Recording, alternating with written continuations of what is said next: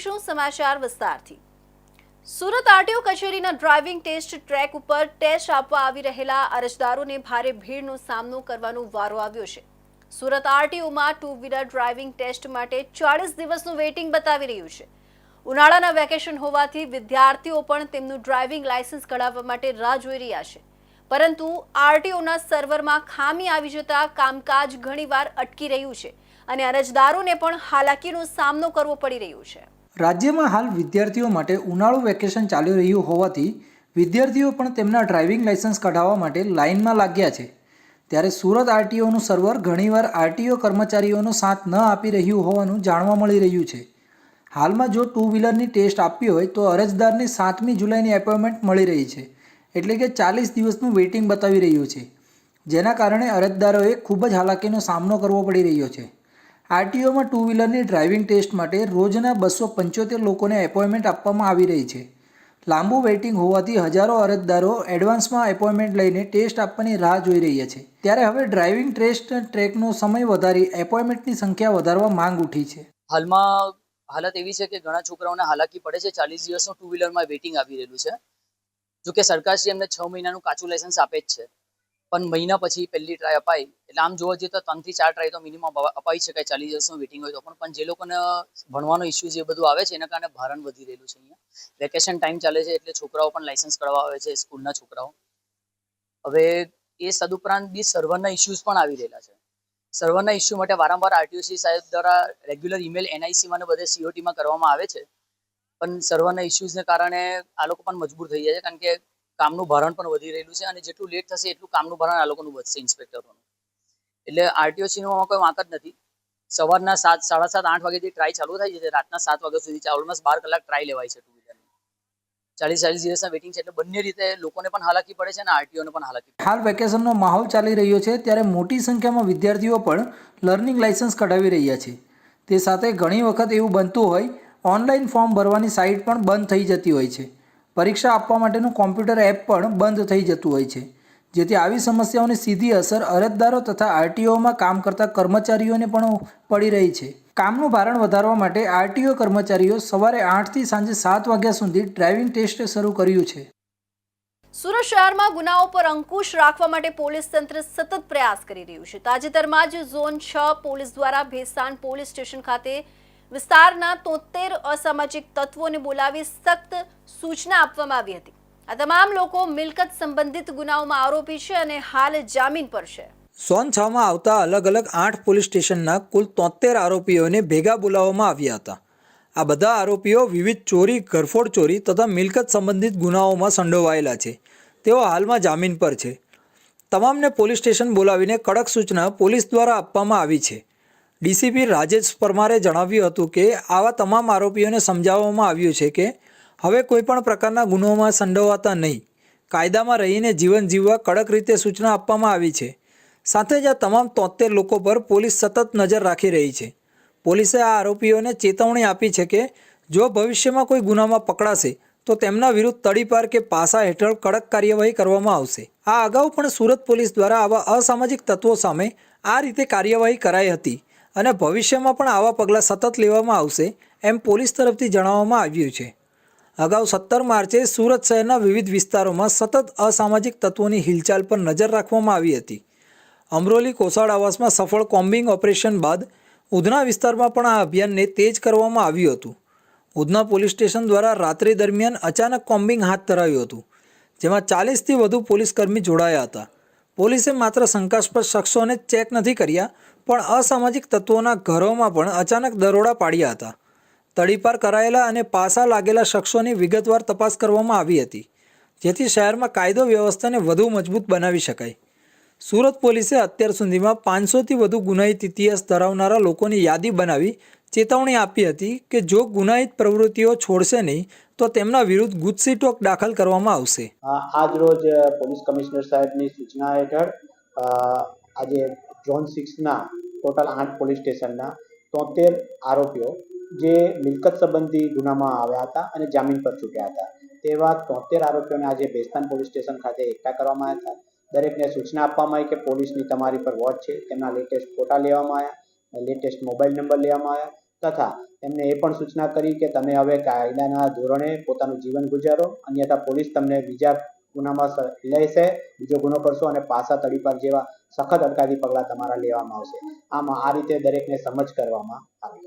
આ જે ગુનેગારો છે તેઓ અલગ અલગ મિલકત સંબંધી એટલે ચોરીમાં, ઘરફોડમાં એવા અલગ અલગ મિલકત સંબંધી ગુનામાં સંડોવાયેલા ગુનેગારો હતા. ડીજીપી વિકાસ સહાયના આદેશ બાદ સુરત શહેર પોલીસે એક જ દિવસે અમરોલી કોસાડ વિસ્તારમાં વિશેષ કોમ્બિંગ ઓપરેશન હાથ ધર્યું હતું. આ ઓપરેશન 15 માર્ચ 2025ના રોજ સાંજે 7 થી 9 વાગ્યા સુધી ચાલ્યું હતું.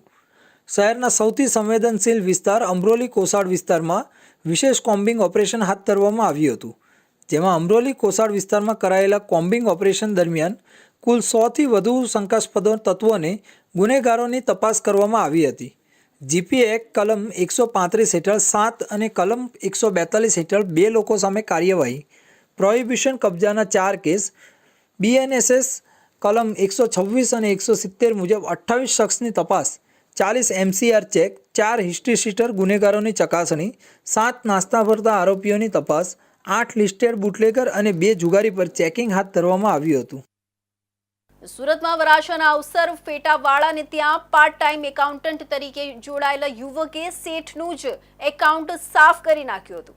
શેઠના મોબાઈલ ફોનમાં રહેલા ઓનલાઈન બેંક એકાઉન્ટનો ઉપયોગ કરી 17,73,000 રૂપિયા પત્ની અને માતાના એકાઉન્ટમાં ટ્રાન્સફર કરી લઈ ઉચાપત કરતા મામલો પોલીસ મથકે પહોંચ્યો હતો. 1 મહિના બાદ આરોપીને ઝડપી પાડવામાં કાપોદ્રા પોલીસે સફળતા મળી છે. અત્રે ઉલ્લેખનીય છે કે આરોપી જ્યારે પોતાની પત્નીના એકાઉન્ટમાં રૂપિયા નાખતો હતો ત્યારે તે કંઈક ખોટું તો કરતો નથી ને, તે રીતનું પણ તેને પૂછીને રોકવાનો પ્રયાસ કર્યો હતો. જોકે આરોપી રોકાયો ન હતો અને અંતે જેલમાં જવાનો વારો આવ્યો છે. આ સાથે જ સોશિયલ મીડિયામાં પાર્ટ ટાઈમ જોબની રીલ્સ મૂકીને એકાઉન્ટ શોધનાર યુવકને પણ ઠગ એકાઉન્ટન્ટ મળી જતા ભારે પડ્યું છે. નાના વરાછા ભગવતી કૃપા સોસાયટીમાં રહેતા અનિલ રામજી ખૂંટ અવસર ફેંટાવાળાના નામે વ્યવસાય કરે છે. ઇન્સ્ટા એપમાં જાહેરાત આપી તેમણે ધ્રુવ દિનેશભાઈ ઉર્ફે દિનકર પંડ્યા નવેમ્બર 2024માં પાર્ટ ટાઈમ નોકરીએ રાખ્યો હતો. પોતાના બેંક એકાઉન્ટ ઉપરાંત પિતા અને ભાઈનું ઓનલાઈન બેંક એકાઉન્ટનો ઉપયોગનો એક્સેસ પણ આ એકાઉન્ટન્ટને આપવામાં આવ્યો હતો. ધ્રુવ કામને બદલે મોબાઈલ ફોનમાં જ વ્યસ્ત રહેતો હોવાને કારણે 3 જાન્યુઆરીએ આ એકાઉન્ટન્ટને છૂટો કરી દેવાયો હતો. દરમિયાન 12મી જાન્યુઆરીએ ધ્રુવ દુકાને આવ્યો હતો અને ઓર્ડરની PDF નાખવાના બહાને શેઠનો મોબાઈલ ફોન અડધો કલાક માટે લીધો હતો. બીજા દિવસે ભાઈ અને પિતાના એકાઉન્ટમાંથી નાણાં ટ્રાન્સફરનો ઇસ્યુ આવતા અનિલભાઈ ખૂંટ બેંકમાં ગયા હતા. બેંક સ્ટેટમેન્ટ જોઈને અનિલભાઈના હોશ ઉડી ગયા હતા. બેંક એકાઉન્ટ ચેક કરતાં નવેમ્બર મહિનાથી માર્ચ મહિના દરમિયાન આ પરિવારના બેંક એકાઉન્ટમાંથી 17.73 લાખ રૂપિયા ધ્રુવની માતા હંસાબેન અને પત્ની અક્ષિતાના એકાઉન્ટમાં ટ્રાન્સફર કરવામાં આવ્યા હતા. પાર્ટ ટાઈમ એકાઉન્ટન્ટની નોકરીના બહાને આ શખ્સે લાખોનો ચૂનો લગાવતા મામલો કાપોદ્રા પોલીસ મથકે પહોંચ્યો હતો. પોલીસે આ મામલે 27 એપ્રિલના રોજ એકાઉન્ટન્ટ, તેની પત્ની અને માતા વિરુદ્ધ છેતરપિંડીનો ગુનો દાખલ કરી વધુ તપાસ હાથ ધરી હતી. પોલીસે 1 મહિના બાદ આરોપી ધ્રુવ પંડ્યાને પકડી પાડવામાં સફળતા મળી હતી. ઓનલાઈન બેંક અને ઓર્ડર લેવાના ફોન ધ્રુવને આપી દીધા બાદ ધ્રુવ દ્વારા મોબાઈલમાં ગૂગલ પે ડાઉનલોડ કરી અને તેના પરિવારના ખાતામાં પૈસા ટ્રાન્સફર કરી દેતો અને ગૂગલ પે અને OTP ડિલીટ કરી નાખતો હતો. પૂછપરછમાં જાણવા મળ્યું હતું કે ધ્રુવ પોતાની પત્ની અને માતાના ખાતામાં રૂપિયા જ્યારે ટ્રાન્સફર કરતો હતો ત્યારે વોટ્સએપમાં મેસેજ પણ કરતો હતો. તે સમયે પત્નીએ કંઈ ખોટું નથી કરતાને તે રીતે પૂછીને રોકવાનો પ્રયાસ પણ કર્યો હતો. જોકે ધ્રુવ રોકાયો ન હતો અને અંતે જેલમાં જવાનો વારો આવ્યો છે. સુરતના ગોળાદરા વિસ્તારમાં બનેલી ફાયરિંગની ઘટનામાં જીવલેણ હુમલાની કોશિશ કરી નાસ્તા ફરતા આરોપીને ગોળાદરા પોલીસે ઝડપી પાડ્યા હતા. ભૂપત ધારુ કે તેના મિત્ર હરેશ ગજેરાને 25 લાખમાં સોપારી આપી હતી. હરીશ ગજેરાએ 20 લાખ રૂપિયામાં રવિન્દ્રને સોપારી આપી હતી. આરોપી પાસેથી 5 મોબાઈલ ફોન કબજે કરી ગોળાદરા પોલીસે ભૂપત અને રવિન્દ્રની ધરપકડ કરી છે. રવિન્દ્ર ઉર્ફે રવિ દ્વારા અન્ય કોઈ વ્યક્તિને સોપારી આપી હતી. ગોળાદરા પોલીસે ફાયરિંગ કરનારા ઇસમની તપાસ હાથ ધરી છે. સુરતના યાન વેપારી સંજય પડસાલા પર જીવલેણ હુમલો કરાવનારા મુખ્ય સૂત્રધાર ભૂપત કેશુભાઈ ધડુક અને સોપારી લેનાર રવિ પિતાંબર પ્રધાનની ધરપકડ કરવામાં આવી છે, જ્યારે અન્ય આરોપીની શોધખોળ ચાલી રહી છે. આરોપી ભૂપત ધડુકે પોતાની પત્ની અને ફરિયાદી સંજય પડસાલા વચ્ચે અનૈતિક સંબંધ હોવાની શંકાને લીધે હત્યાનું કાવતરું રચ્યું હતું. ભૂપતે પોતાના ધંધાકીય ભાગીદાર હરેશ કનુભાઈ ગજેરાને સંજય પડસાલાની હત્યા કરવા માટે 25 લાખની સોપારી આપી હતી. આગળ હરેશે પોતાની ઓળખાણના ઓટો ચાલક રવિ પિતાંબર પ્રધાનને 20 લાખની સોપારી આપીને જવાબદારી સોંપી હતી. વધુમાં રવિએ પણ ત્રીજા ઈસમને કામ સોંપ્યું હતું. આમ એક પછી એક એમ 3 લોકો સુધી આ સોપારી ટ્રાન્સફર થતી ગઈ. આ ઘટના 23 મે 2025ના રોજ સવારે 10 વાગે બની હતી, જ્યારે ઇલેક્ટ્રિક મોપેડ પર સવાર સંજય પડસાલા યોગી ચોક વિસ્તારમાંથી પસાર થઈ રહ્યો હતો. તે અંજની નંદન પ્રોજેક્ટની સામે આવેલ બાંધકામ સાઇટ પાસે ખાડી બ્રિજ તરફ જતા સમયે અજાણ્યા શખ્સે પાછળથી આવી પીઠના જમણા ભાગે ફાયરિંગ કર્યું હતું. ગંભીર રીતે ઇજાગ્રસ્ત થયેલા સંજયને તાત્કાલિક હોસ્પિટલ ખસેડાયો હતો. ફાયરિંગ બાદ ગોડાદરા પોલીસ સ્ટેશનમાં ફરિયાદ નોંધાતા પોલીસે ફૂટેજ અને ટેકનિકલ સર્વેલન્સના આધારે તપાસ શરૂ કરી હતી. તપાસમાં ખુલ્યું કે આ કાવતરાનો સૂત્રધાર હરેશ ગજેરા છે, જેની અટક કરીને કડક પૂછપરછ કરતા ભૂપત ધડુકનું નામ ખુલ્યું હતું. ભૂપત ધડુક અને હરેશ ગજેરા આ બંને ટેક્સટાઇલ બિઝનેસ સાથે સંકળાયેલા છે. ધરપકડ દરમિયાન બંનેએ તેમની ભૂમિકા સ્વીકારી હતી. ભૂપતે જણાવ્યું કે તેને હરેશને 25 લાખની સોપારી આપી હતી, જ્યારે હરેશે જણાવ્યું કે તેણે 5 લાખ પોતાની પાસે રાખી પોતાના પરિચિત રવિને સંજયને પતાવી દેવા માટે 20 લાખની સોપારી આપી હતી. એટલું જ નહીં, રવિએ પણ અન્ય કોઈ વ્યક્તિને સોપારી આપી દીધી હતી. ગોડાદરા પોલીસ સ્ટેશન વિસ્તારમાં થોડાક દિવસ પહેલા હત્યાના પ્રયાસનો એક બનાવ બન્યો હતો, જેમાં ભોગ બનનાર છે એને ગોળી વાગી હતી. આ ઘટનામાં શરૂઆતમાં પોલીસે હરેશ ગજેરા નામના એક વ્યક્તિની ધરપકડ કરી હતી. ત્યારબાદ અમે વધુ ઊંડાણમાં ઉતર્યા હતા ત્યારે ખ્યાલ આવ્યો હતો કે જે હરેશ ગજેરા છે એને એના મિત્ર ભૂપત ધડુકે સોપારી આપી હતી. ભૂપત ધડુકે આ સોપારી જે ભોગ બનનાર છે સંજય પડસાળા એને પતાવી દેવા માટે આપી હતી. આ બાબતને લઈ અને એને આ આખી કામગીરી કરી હતી, જેમાં એને 25 લાખ રૂપિયા આપવામાં આવ્યા હતા. એમાંથી એણે 5 લાખ પોતાની પાસે રાખ્યા હતા અને બીજા 20 લાખ એણે રવિન્દ્ર ઉર્ફે રવિ પ્રધાન નામના એક વ્યક્તિને આપ્યા હતા. ત્યારબાદ પોલીસે આ બંને વ્યક્તિ ભૂપત ધડુક અને રવિન્દ્ર ઉર્ફે રવિ પ્રધાનને ધરપકડ કરી છે. આગળ તપાસમાં સોપારી લઈ અંતિમ હુમલો કરાવનાર રવિન્દ્ર ઉર્ફે રવિ પિતાંબર પ્રધાનનું નામ બહાર આવતા પોલીસની ટીમે જલગાંવ મહારાષ્ટ્ર રવાના થઈ હતી. ટેકનિકલ સોર્સ અને હ્યુમન ઇન્ટેલિજન્સના આધારે રવિને તેના ગામ સાવડેમાંથી ઝડપી પાડી સુરત લાવવામાં આવ્યો હતો. હવે રવિએ કોને સુપારી આપી તે અંગે પોલીસે તપાસ શરૂ કરી છે. સુરત શહેરના ડુમસ એરપોર્ટ નજીક શુક્રવારે સર્જાયેલા જીવલેણ અકસ્માતના હચમચાવી નાખતા સીસીટીવી સામે આવ્યા છે. રસ્તા પરથી પસાર થઈ રહેલી મોપેડ સવાર યુવતી પર કોન્ક્રીટ મિક્સર મશીન ફરી વળ્યું હતું, જેમાં યુવતીનું સારવાર મળે તે પહેલા જ મોત નીપજ્યું હતું. આ સમગ્ર ઘટનાના સીસીટીવી સામે આવ્યા છે. ડુમ્મસ આસપાસ સ્ટ્રીટમાં 22 વર્ષીય યુક્તા જયેશભાઈ ભગત પરિવાર સાથે રહેતી હતી અને વેસુ ખાતે આવેલ કાર કંપનીના શોરૂમમાં નોકરી કરી પરિવારને આર્થિક રીતે મદદરૂપ થતી હતી. યુક્તા રોજની જેમ શુક્રવારે પોતાની મોપેડ પર નોકરીએ જવા નીકળી હતી. દરમિયાન ડુમ્મસ એરપોર્ટવાળા 3 રસ્તા પાસેથી પસાર થતી હતી, ત્યારે મિક્સર મશીનના ટ્રક ચાલકે યુક્તાની મોપેડને ટક્કર મારી અડફેટે લેતા તેને શરીરે ગંભીર ઈજા પહોંચી હતી, જેથી તેને સારવાર માટે 108 એમ્બ્યુલન્સ દ્વારા ખાનગી હોસ્પિટલમાં ખસેડવામાં આવી હતી, જ્યાં ફરજ પરના ડોક્ટરોએ તેને મૃત જાહેર કરી હતી. યુક્તાના મોતના સમાચાર સાંભળતા તેના પરિવારમાં શોકનું મોજું ફરી વળ્યું છે. એટલું જ નહીં, હચમચાવી દેનારી આ ઘટના દ્રશ્યો સીસીટીવી કેમેરામાં પણ કેદ થઈ ગયા હતા. બનાવ અંગે ડુમ્મસ પોલીસે મિક્સર મશીનના ટ્રક ચાલક સામે ગુનો નોંધી આગળની તપાસ હાથ ધરી છે. તો હવે સમય છે એક વિરામનો.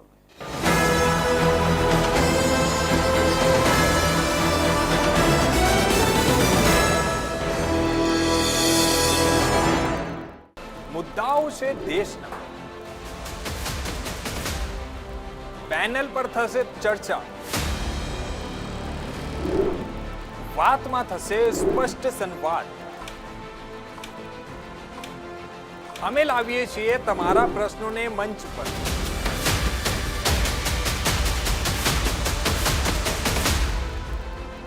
કેમ કે સમસ્યા તમારી, લડત તમારી. જુઓ મારી સાથે ફક્ત ઇન્ડિયા ન્યૂઝ ગુજરાત પર.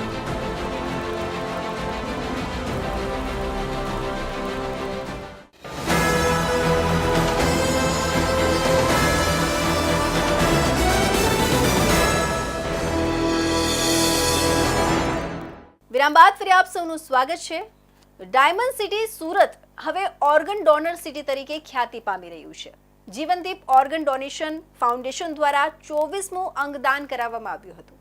સુજિત્રા પરિવારે વૃદ્ધના લીવર, બંને કિડની અને બંને આંખોના દાન કરી 5 લોકોને જીવનદાન બખ્શ્યું છે. મૂળ અમરેલી અને મોટા વરાછા વિસ્તારમાં આવેલા શાંતિનિકેતન ફ્લોરા સોસાયટીમાં 59 વર્ષીય સોજિત્રા ગુણવંતભાઈ સૌજીભાઈ પરિવાર સાથે રહે છે.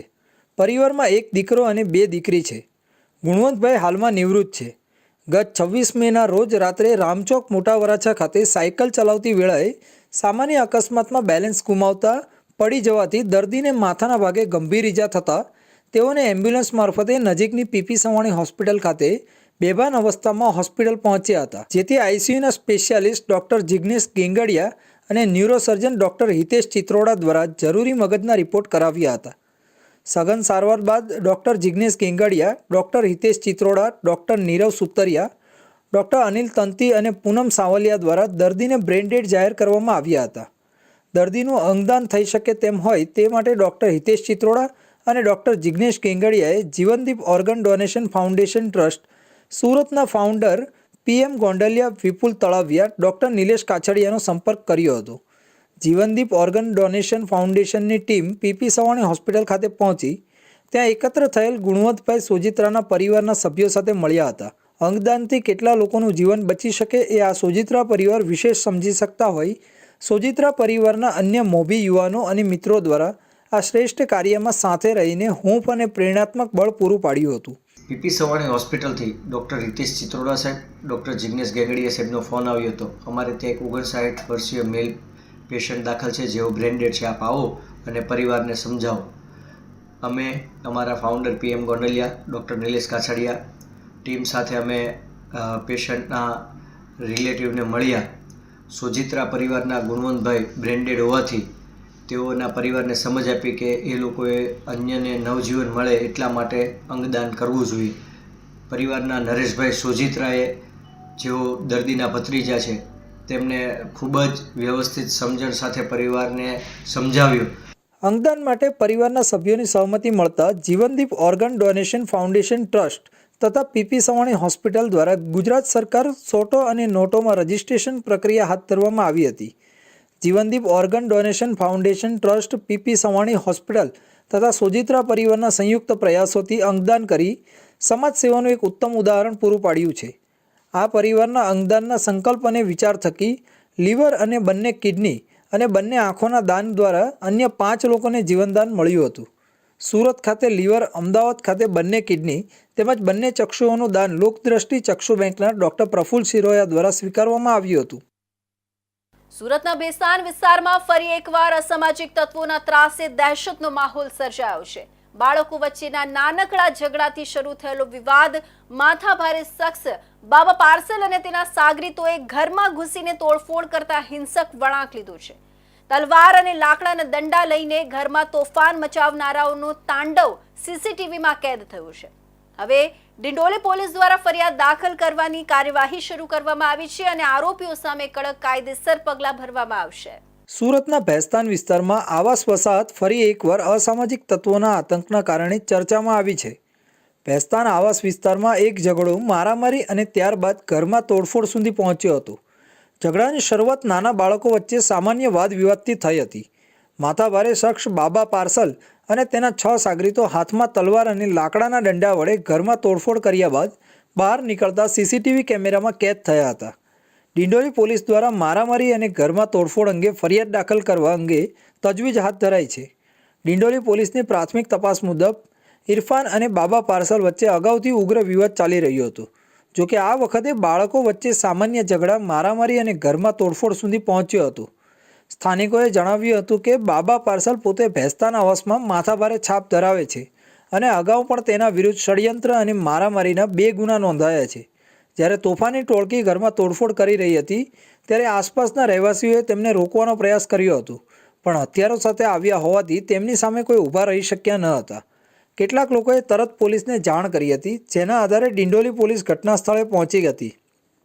પોલીસે હાલ સમગ્ર ઘટનાની તપાસ શરૂ કરી છે અને CCTV ફૂટેજના આધારે આરોપીઓની ઓળખ કરી રહી છે.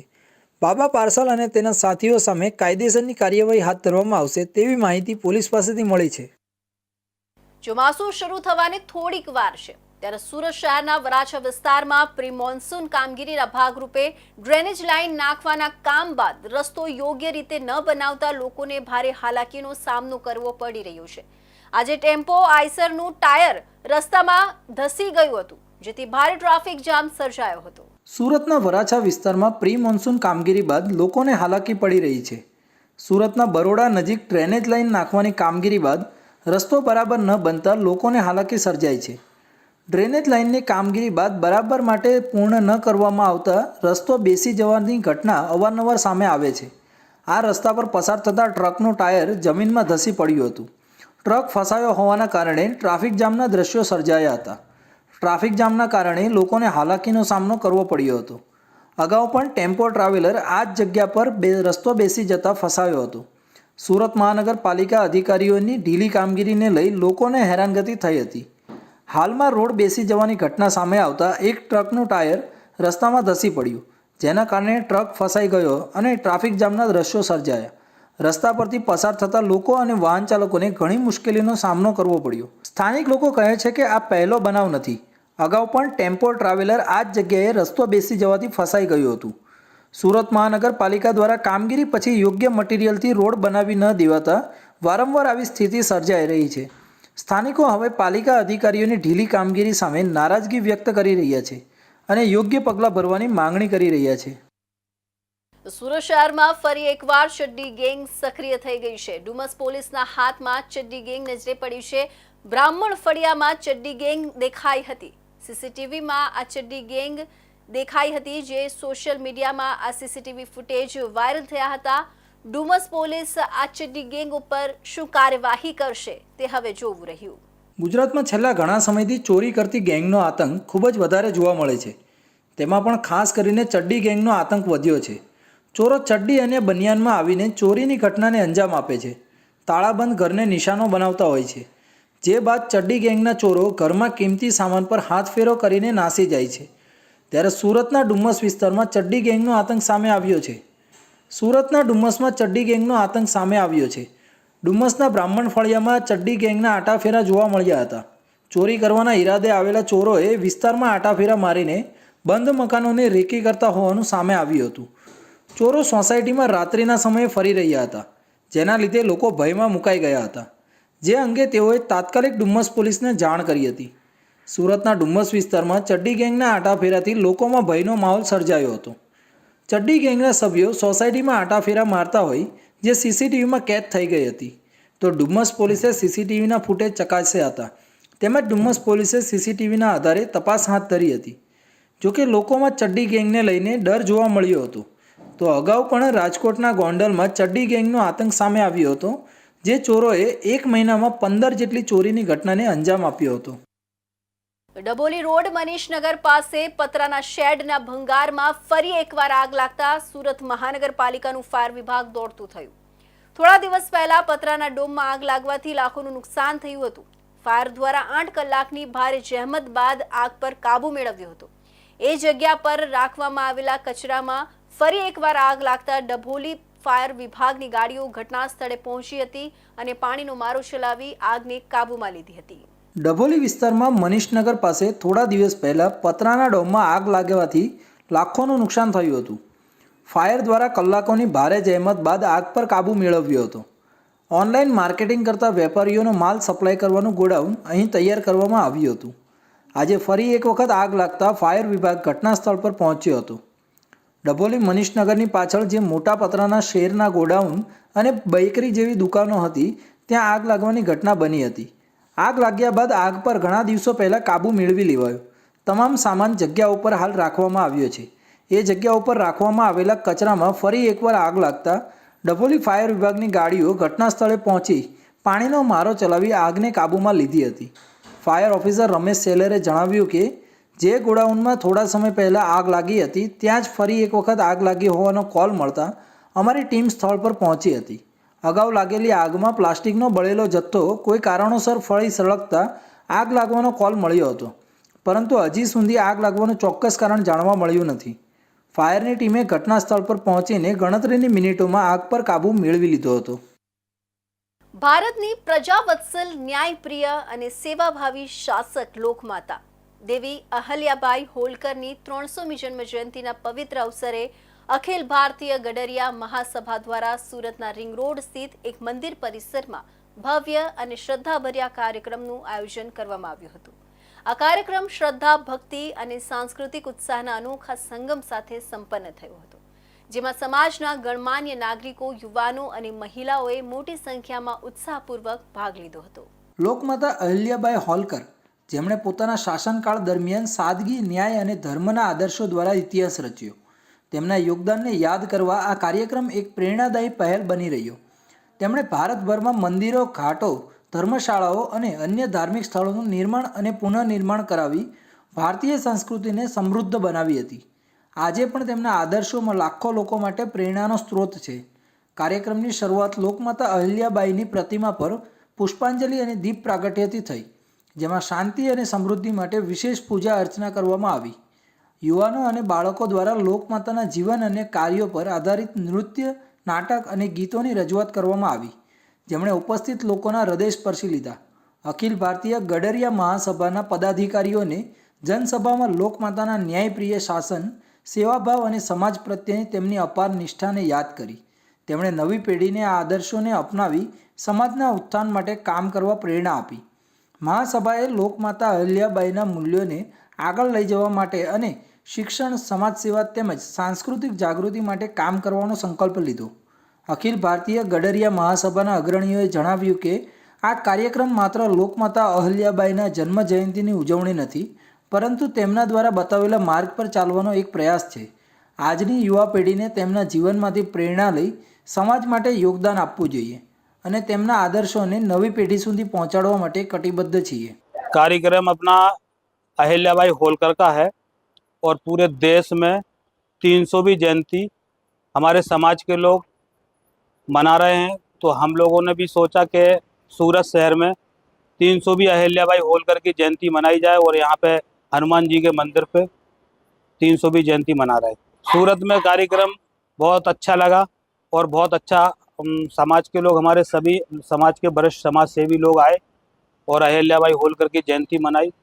और उस कार्यक्रम के लिए हम आप सभी को, मीडिया कर्मी सभी को बहुत बहुत धन्यवाद, बहुत बहुत बधाई देता हूँ. आज अहिल्याबाई होलकर की 300वीं जयंती के उपलक्ष्य में आज हम अपनी समाज को भी जागरूक करना चाहते हैं कि हमारे जितने भी समाज सूरत गुजरात में रह रही है वो पूरे आने वाले समय में जागे और नौजवान युवा हमारी समाज को आगे लाने में भी थोड़ा समाज सेवी हैं. ગડરિયા સમાજના સભ્યોએ આ અવસરે લોકમાતા અહલ્યાબાઈને શ્રદ્ધાપૂર્વક નમન કર્યું અને તેમના અમૂલ્ય યોગદાનને યાદ કરીને કૃતજ્ઞતા વ્યક્ત કરી. આ કાર્યક્રમમાં હાજર રહેલા લોકોએ આ આયોજનને એક યાદગાર અને પ્રેરણાદાયી અનુભવ ગણાવ્યો. આ ભવ્ય કાર્યક્રમે સુરતના ગડરિયા સમાજની એકતા અને લોકમાતા અહલ્યાબાઈ પ્રત્યેની શ્રદ્ધાને પ્રદર્શિત કરી, સાથે જ સમાજના ઉત્થાન અને સાંસ્કૃતિક જાગૃતિ માટે નવો ઉત્સાહ જગાવ્યો. તો આ હતા સુરત બુલેટિનના મહત્વના સમાચાર.